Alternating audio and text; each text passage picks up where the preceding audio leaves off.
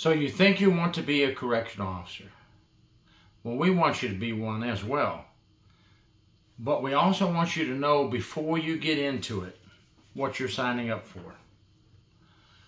I wrote an article a while back about so you think you want to be a correctional officer, and I wrote about things correctional officers do and what they must deal with on a daily basis. And I had a major come up to me and say, I don't like that article.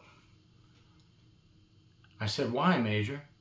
He said, it's going to scare people off. They're going to read it and not want to be a correctional officer. And with all due respect and being tactful as we must be and need to be in our job with each other, from front line right on up the chain and back, I said, with all due respect, sir, I really believe that we need to tell people what they're signing up for. More than just the description we give them in the correctional officer application. And then if they still sign up after reading it, I think we have a chance with these folks of keeping them. If we pay all this money to put them through the academy and train them, and then a year or two later they find out they don't like the job, that can still happen, yes, but we're spending a lot of money. Let's try to aim for higher quality correctional applicants. Train to retain and recruit to retrain was my feeling. So anyway, Gary Cornelius, who is known by most people as the author of Art of the Con, Inmate Manipulation Tactics, just wrote a book, Stressed Out. It's going to be used in colleges and universities and hopefully some correctional training facilities. He used my article in his book. Now, I want to hear from people that are working now or thinking about joining. Am I right or am I wrong in telling people the truth ahead of time before they sign up to be a correctional officer? Because my goal is to get people that are serious to sign up to become a correctional officer.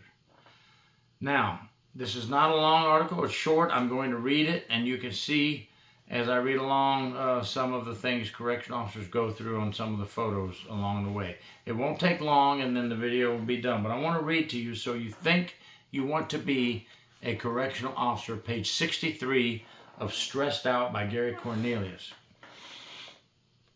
So you think you want to be a correctional officer. A correctional officer must be a good listener, counselor, social worker, diplomat, tough person, emergency medical technician, and a hero. A correctional officer is an exceptional person. A correctional officer must be able to save lives and stop bleeding at a moment's notice. An officer working alone in a dorm with 100 inmates must make split-second decisions that would take lawyers months to decide. Male or female correctional officers must be able to handle inmates twice their size and half their age. If an inmate attacks an officer, then an officer is viewed as a coward if he or she does not react.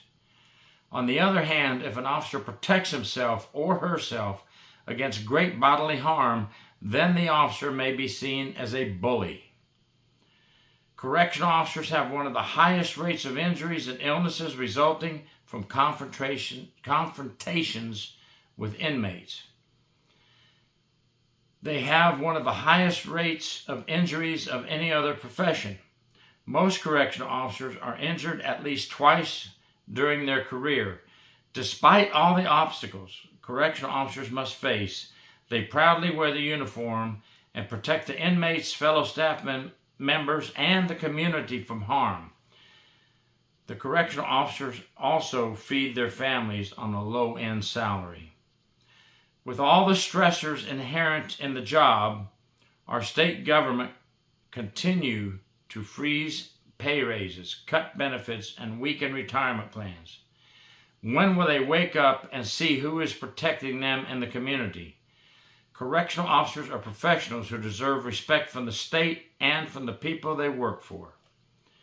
We have earned the right with blood, sweat, and tears to be correctional officers. We are not guards. We are highly trained professionals. Thank you to all the hard-working, honest, loyal correctional officers throughout our country who work hard every day, day after day, with the risk and danger surrounding us on the job. To all of the fallen officers killed in the line of duty, we salute you and your families. You may be gone, but you are not forgotten.